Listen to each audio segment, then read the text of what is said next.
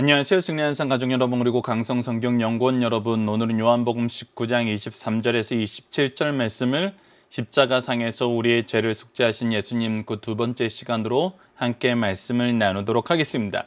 우리는 십자가상에서 우리의 죄를 속죄하신 예수님이라는 이 내용을 통해서 예수님께서 어떻게 하나님의 뜻을 이루시고 하나님의 뜻이 어떻게 우리 이 세상에 성취되고 우리에게 적용되어 가는지를 살펴보고 있습니다.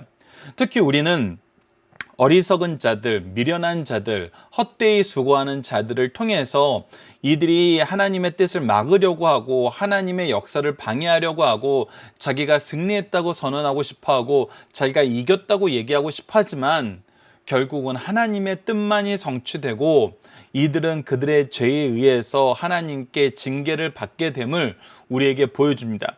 그러면서도 우리가 항상 놓치지 말아야 되는 것은 무엇이냐면 이 일을 이루시면서 보이시는 하나님의 은혜의 역사입니다. 우리가 재판 과정에서부터 십자가상에서 모두 일어나는 일들을 통해서 우리에게 회개의 기회를 주시는 하나님의 역사를 보게 되는데, 그것은 무엇이냐면 예수님이 그들 앞에 서실 때 예수님의 의가 나타나면서 그들의 모든 행동이 죄악됨을 보여줍니다. 그래서 그들의 죄가 드러나서 회개할 기회를 주지만 이들은 무엇 때문에 예수님을 미워한다 그랬냐면 오히려 자기들의 죄가 드러남으로 예수님을 미워한다고 예수님께서는 미리 말씀하셨습니다. 그래서 이 모든 사건이 이루어진 이후에 다시 사도들을 통해서 예수 그리스도의 부활의 역사가, 구속의 역사가 얼마나 놀라운지 선포될 때 이들은 오히려 이 앞부분에서 예수님을 죽이는 데까지 가는 그 상황에서는 회개하지 못했어도 그 이후에는 회개할 수 있는 기회를 하나님께서 다시 제공해 주심을 우리에게 보게 하십니다. 그래서 지금은 깨닫지 못하지만 후에는 깨닫고 돌이킬 수 있도록 이 은혜에 동참하게 하시기 위한 하나님의 역사의 계획이 얼마나 꾸준히 지속적으로 이루어지는지를 보여줍니다.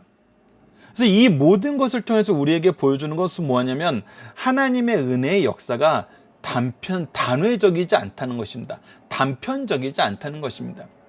단회적으로 딱 한 번 주고 끝나는 것이 아니고 단편적으로 한쪽 면만 보면서 접근하게 하시지 않는다는 것입니다. 우리가 지금 성경 말씀을 볼 때도 항상 놀라운 것은 처음에는 이쪽 면에서 너무 은혜가 나타나고 구원의 역사가 나타나는 것을 보면서 기뻐합니다. 그러나 우리가 말씀을 계속 묵상할 때마다 어떻게 됩니까? 이 영역이 확장됩니다. 하나님의 손길이 미치지 않은 곳이 없고 하나님의 역사가 없는 곳이 없다는 것입니다. 그래서 우리가 오히려 단편적으로 봤던 것을 하나님의 뜻 안에서, 하나님의 계획 안에서 우리가 입체적으로 보게 됩니다. 이랬을 때 우리는 하나님을 바로 보고 하나님의 역사를 바로 볼 수 있습니다.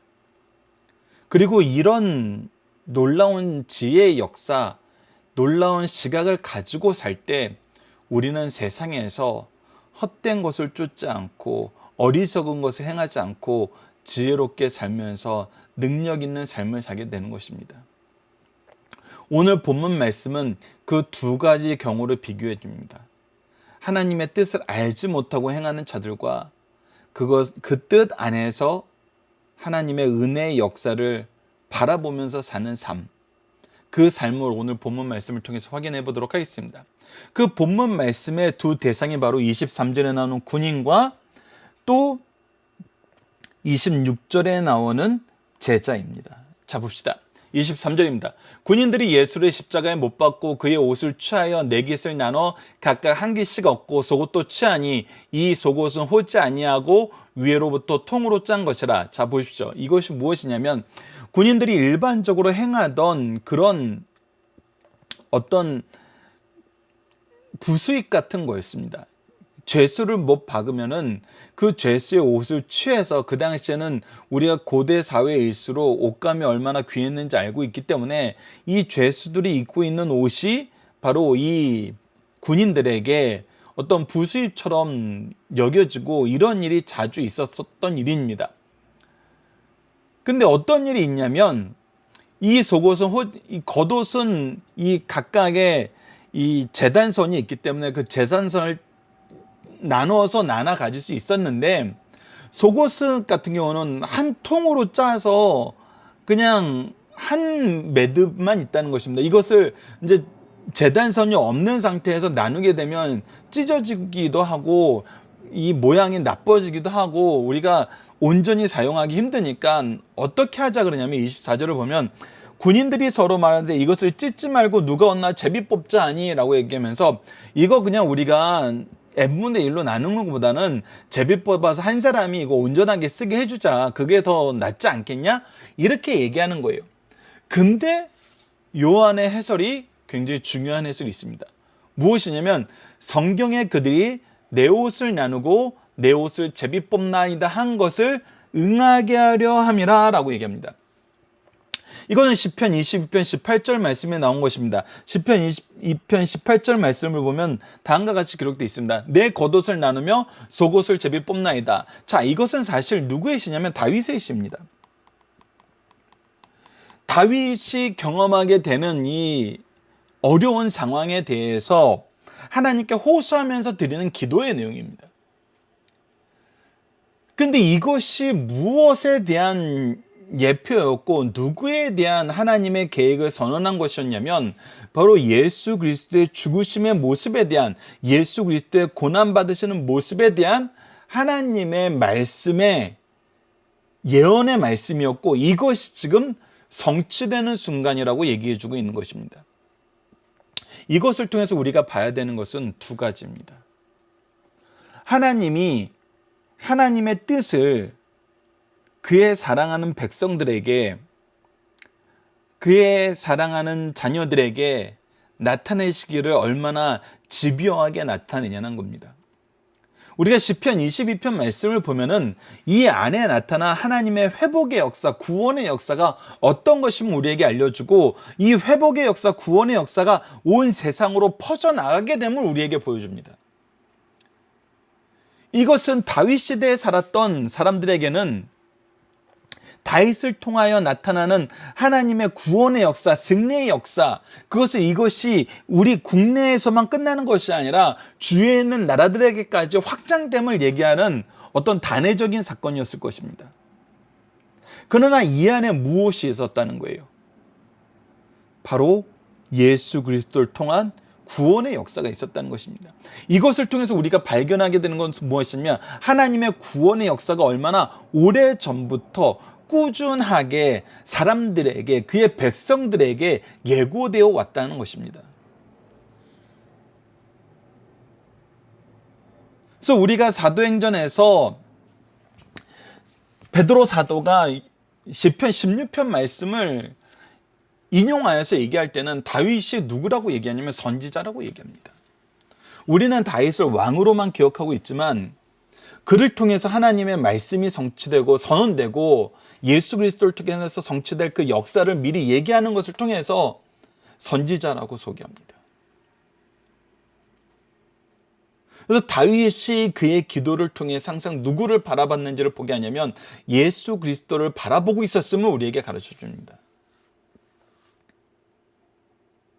예수님께서도 예수님이 높으심을 드러내기 위해서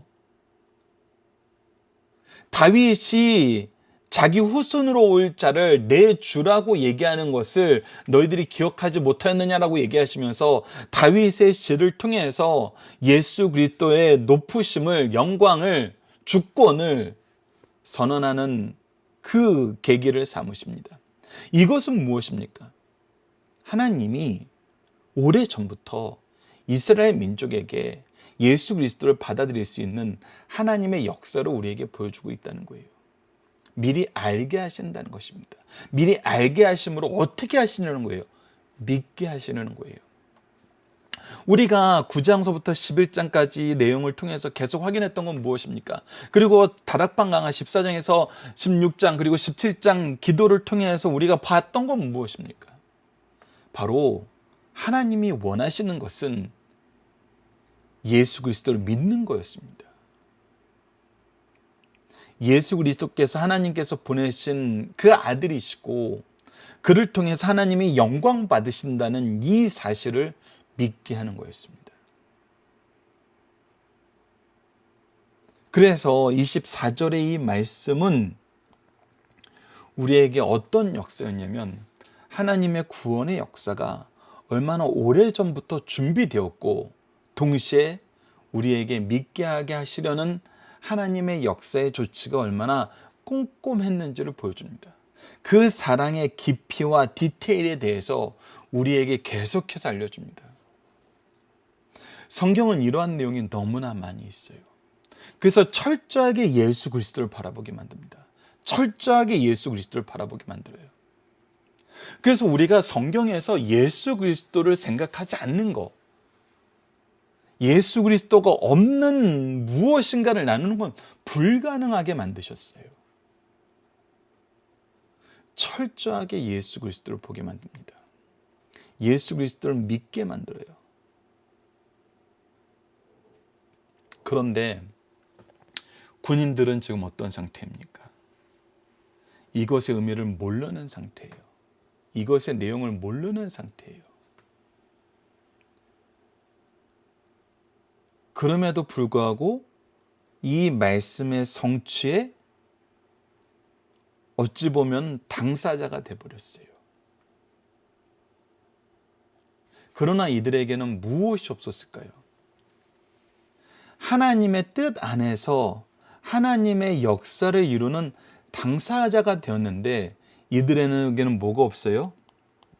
예수 그리스도에 대한 믿음이 없어요. 자, 그러면 다른 상황을 봅시다. 25절 봅시다.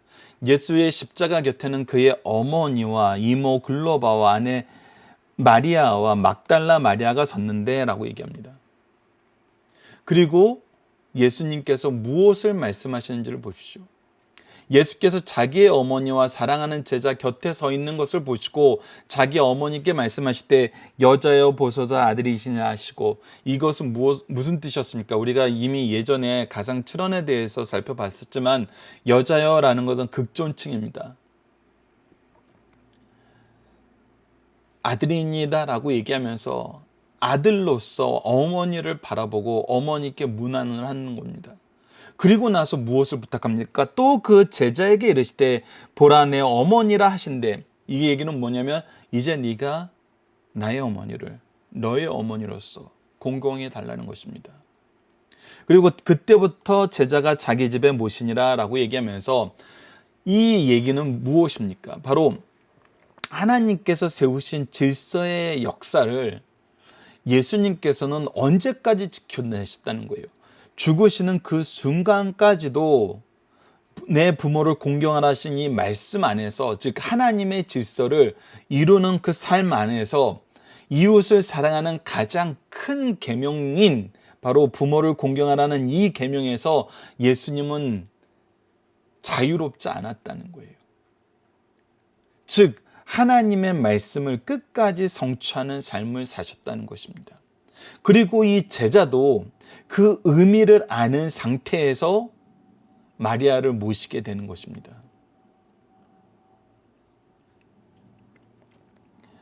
이것을 잘 보셔야 됩니다. 자, 그래서 여기에는 무엇이었습니까? 예수 그리스도에 대한 믿음과 순종이 있었죠. 자, 이 예수 그리스도에 대한 믿음과 순종은 본질적으로 이제 무엇을 보게 만듭니까? 하나님의 뜻을 보게 만듭니다. 예수 그리스도에 대한 믿음이 없는 사람들은 무엇을 봅니까? 하나님의 뜻을 못 봅니다. 뜻을 볼 수가 없어요. 이 차이를 우리가 기억해야 된다는 것입니다. 즉 우리가 빌라도나 대제사장들이 우리가 지난 시간까지 나눴던 말씀을 통해서 그들을 통해서 하나님의 뜻이 계속 성취되고 있었어요. 그러나 그들에게는 여전히 뭐가 없었어요? 예수 그리스도에 대한 믿음이 없었고, 이 예수 그리스도에 대한 믿음이 없는 거 안에서 하나님의 뜻의 성취를 볼 수가 없었어요. 하나님의 뜻을 알지 못했어요. 그러나 예수 그리스도를 믿는 믿음과 순종 안에서는 하나님의 뜻이 성취되는 것을 봐요. 이 차이를 우리가 인식해야 된다는 것입니다. 이 차이를 인식하지 않으면은 여전히 여기서는 자기 변명만 나와요. 자기 변명만 나온다는 것 말 자체에 무엇이냐면 죄를 더하고 있다는 겁니다. 그래서 성경이 뭐라고 얘기하는가?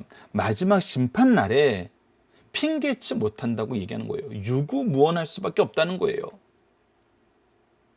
그러나 하나님의 뜻의 성취를 보는 사람은 무엇을 합니까? 그의 기뻐하시는 뜻을 따라 살게 됩니다. 이것이 무슨 삶입니까? 바로 승리하는 삶입니다. 우리가 이 세상을 이긴다는 것은 무엇이냐면 하나님의 뜻이 성취되는 것을 기뻐하는 삶을 산다는 것입니다. 그의 뜻이 이루어지는 것을 보면서 하나님이 이 세상을 통치하시고 우리를 향한 구원의 역사를 온전하게 경험한다는 것입니다. 그 기쁨과 그 평안과 그 승리 속에서 산다는 거예요. 여러분, 너무 놀랍지 않습니까? 예수 그리스도께서 십자가상에서 죽으시는 것은 단순히 고난만 있는 것이 아닙니다. 우리에게 분명한 승리를 보게 하시고 하나님의 통치 역사 안에서 그 놀라운 사랑과 능력을 보게 만듭니다. 그래서 우리에게 중요한 게 무엇인지를 반드시 깨닫게 하신다는 겁니다. 한 장면 한 장면이 은혜가 아닌 것이 없다는 것입니다. 자, 본문 묵상하기를 통해서 간단하게 다시 한번 확인해 보도록 하겠습니다. 군인들의 탐욕 속에서도 하나님은 무엇을 이루시나요? 하나님의 말씀을 이루신다는 것입니다. 성경을 이루신다는 거예요. 하나님의 뜻을 이루신다는 것입니다. 십자가 고난 속에서도 주님이 행하시는 것은 무엇입니까? 하나님이 정하신 그 질서를, 하나님의 뜻입니다. 계속 드러나는 것은 하나님의 뜻이에요. 그러니까 하나님의 뜻을 알아야지 하나님의 뜻이 이루어지는 걸 알 수 있고, 하나님의 뜻을 이루어지는 것을 통해서 우리는 온전한 믿음을 소유할 수 있고, 그 안에서 참된 평안과 기쁨과 자유와 승리와 능력을 소유하게 되는 것입니다. 하나님의 뜻을 아는 것이 중요해요. 자, 본문의 중심사절을 보도록 하겠습니다. 십자가에 달리기까지 무고히 핍박과 고난을 받으신 예수 그리스도입니다. 사내들인 공의 재판 후에 유대 지도자들과 아랫 사람들에게 모욕과 구타를 당하셨습니다. 빌라도는 예수님의 무죄함을 확인하고서도 총독 관저에서 로마 군인들을 통해 모욕과 구타를 당하게 한 후에 유대 지도자와 백성들이 석방을 호소했을 때 사형을 확정하고 다시 로마 군인들에게 넘겨줘서 또 다시 모욕과 학대를 받게 합니다. 십자가에 달아놓고도 제사장과 서기관들은 장로들이 회롱하면서 구경꾼들까지 거짓을 사실화시켜 모욕하였습니다. 이때 십자가에 못 박힌 강도까지도 욕하였어요. 이는 예수 믿으면 이유 없이 무고히 모욕과 학대를 받을 수 있다는 사실을 가르쳐줍니다. 핍박의 길이 있습니다. 우리를 괴롭히는 일이 있어요. 그러나 다시 한번 우리가 말씀을 통해서도 확인하는 것은 무엇이냐면 하나님의 뜻은 성취되고 하나님의 역사는 항상 승리의 역사라는 것입니다. 이 얘기는 뭐냐면 우리를 향한 하나님의 역사는 반드시 성취되고 우리가 하나님과 동행할 때 얻게 되는 것은 승리 외에는 없다는 거예요. 승리 외에는 없다는 것이 단순히 그냥 어떻게든 이겨 이것이 아니라 절대 패배할 수 없는, 절대 좌절할 수 없는, 그러니까 마이너한 모든 것, 네거티브한 모든 것이 사라지고 하나님 앞에서 정말 포지티브한 것만 남는다는 것입니다. 두 번째, 예수 그리스도의 대속의 십자가 밑에서 도박판을 벌인 군인들입니다. 예수님이 지상에 계실 때 지니고 있던 재산은 옷 한 벌이었습니다. 그러나 그것까지도 사형을 집행한 군인들이 나눠 가졌고 속옷은 제비 뽑아 당첨된 자가 차지하였습니다. 우리의 구원을 위해 주님께서 고난받으신 십자가 밑에서 군인들이 도박판을 벌인 경우가 되었어요. 성도들은 주의해야 됩니다. 예수 믿고 세상 사람보다 더 바르게 빛의 사명을 감당하게 하여 달라는 기도보다 더 잘 살게 해달라는 기도만 드리면 저급한 신앙인이 아니냐는 생각을 해봐야 됩니다. 자, 이것은 굉장히 중요한 질서입니다. 굉장히 중요한 질서예요. 특히 자녀들에게 이 내용을 정말 바르게 가르쳐야 됩니다.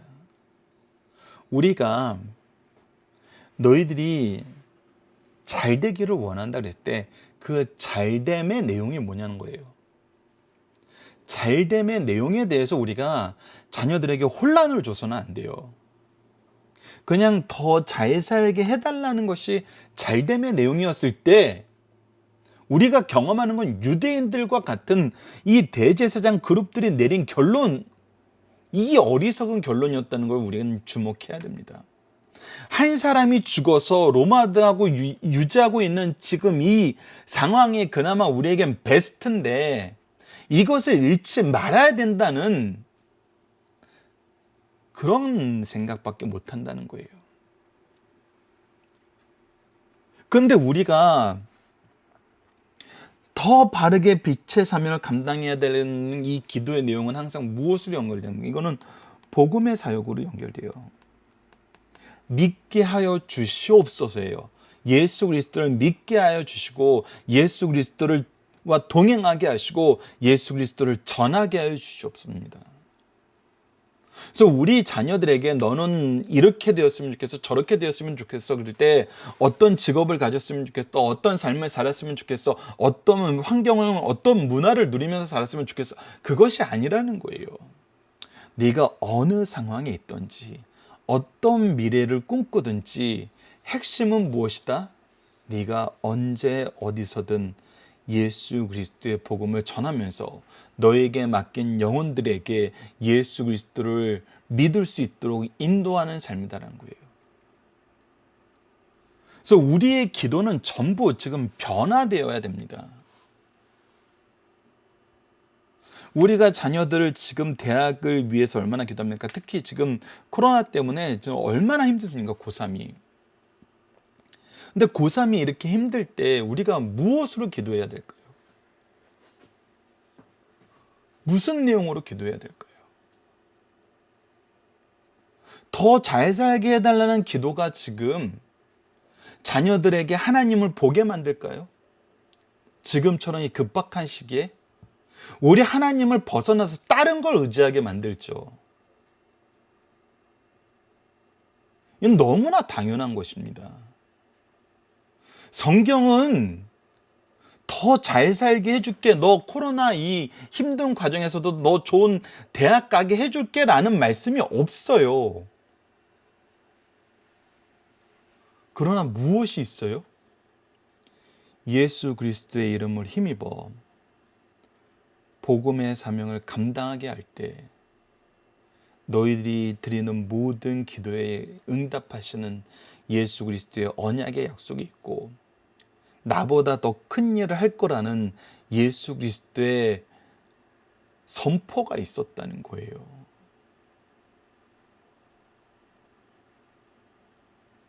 이거는 작은 차이 같아도 굉장히 큰 차이입니다. 여러분도 올해 한 해 우리 자녀들을 위한 기도가 무엇이어야 되는지 다시 한번 생각해 보십시오.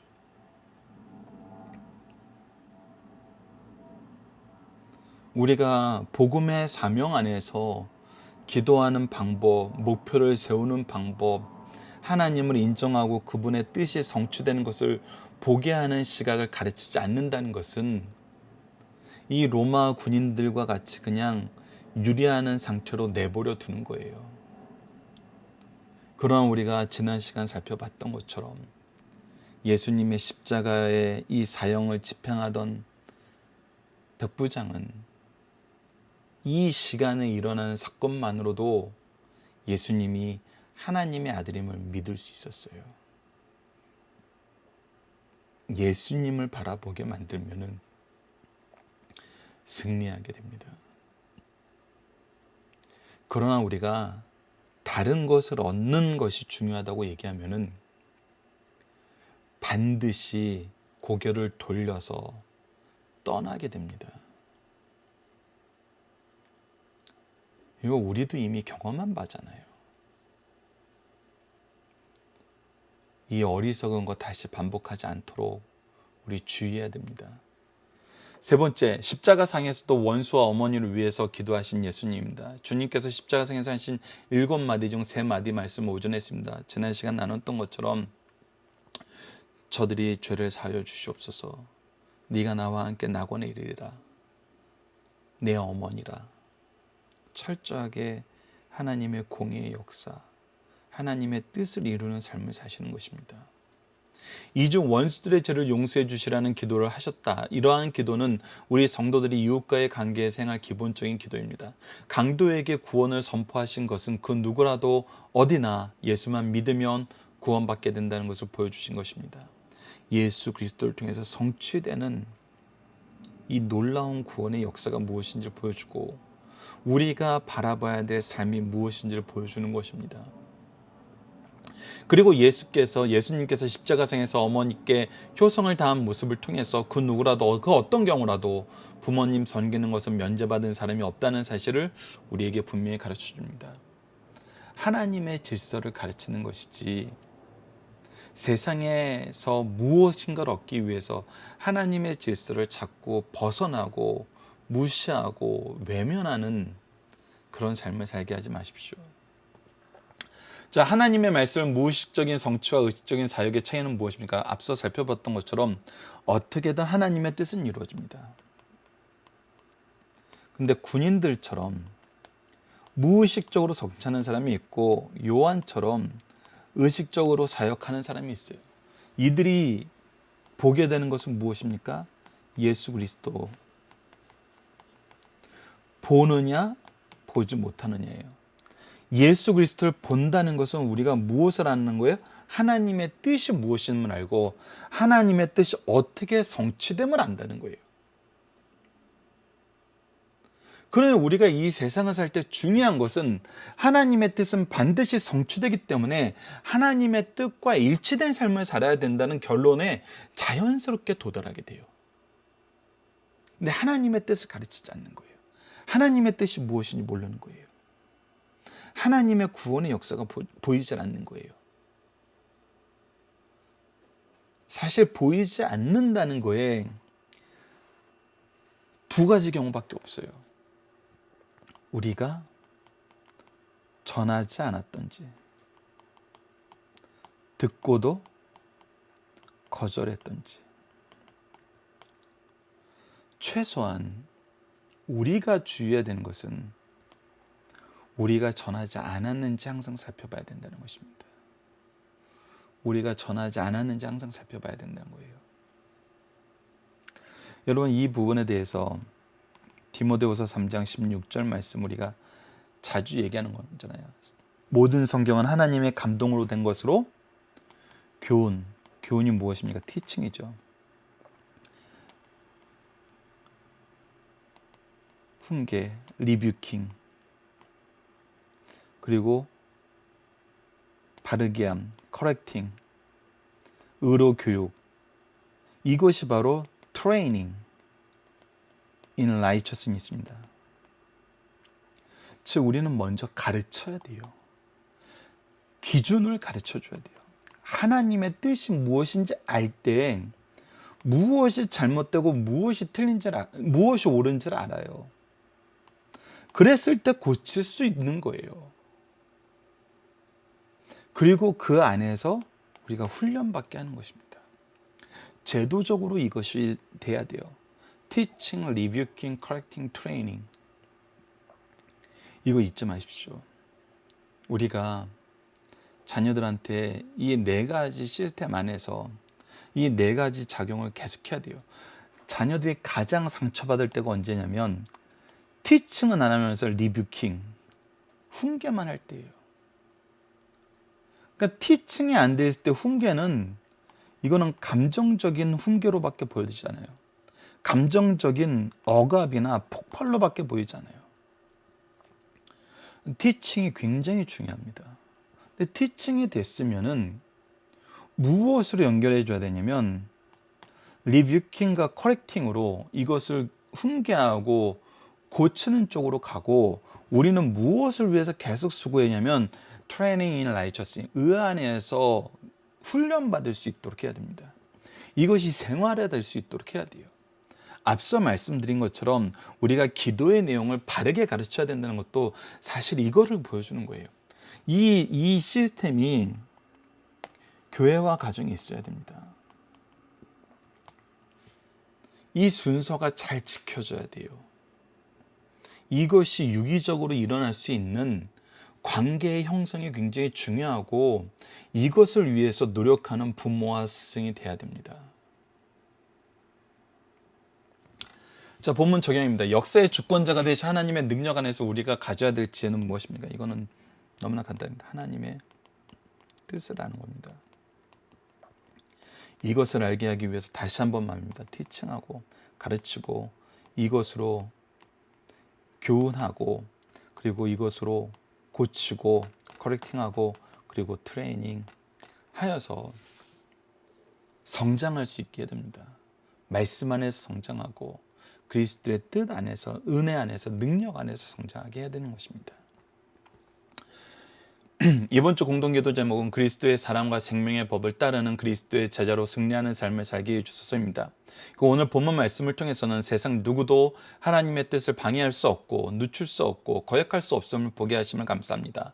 우리가 참된 지혜 안에서 순종하게 하소서, 하나님의 뜻을 이루는 것을 기뻐하며 찬양하는 삶을 살게 해주소서, 어리석어 거역하여 심판의 대상이 되지 않도록 하여 주소서라고 기도하는 우리 승리하는 삶 가족 여러분들, 강성성경연구원 여러분을 내일 기도합니다. 감사합니다.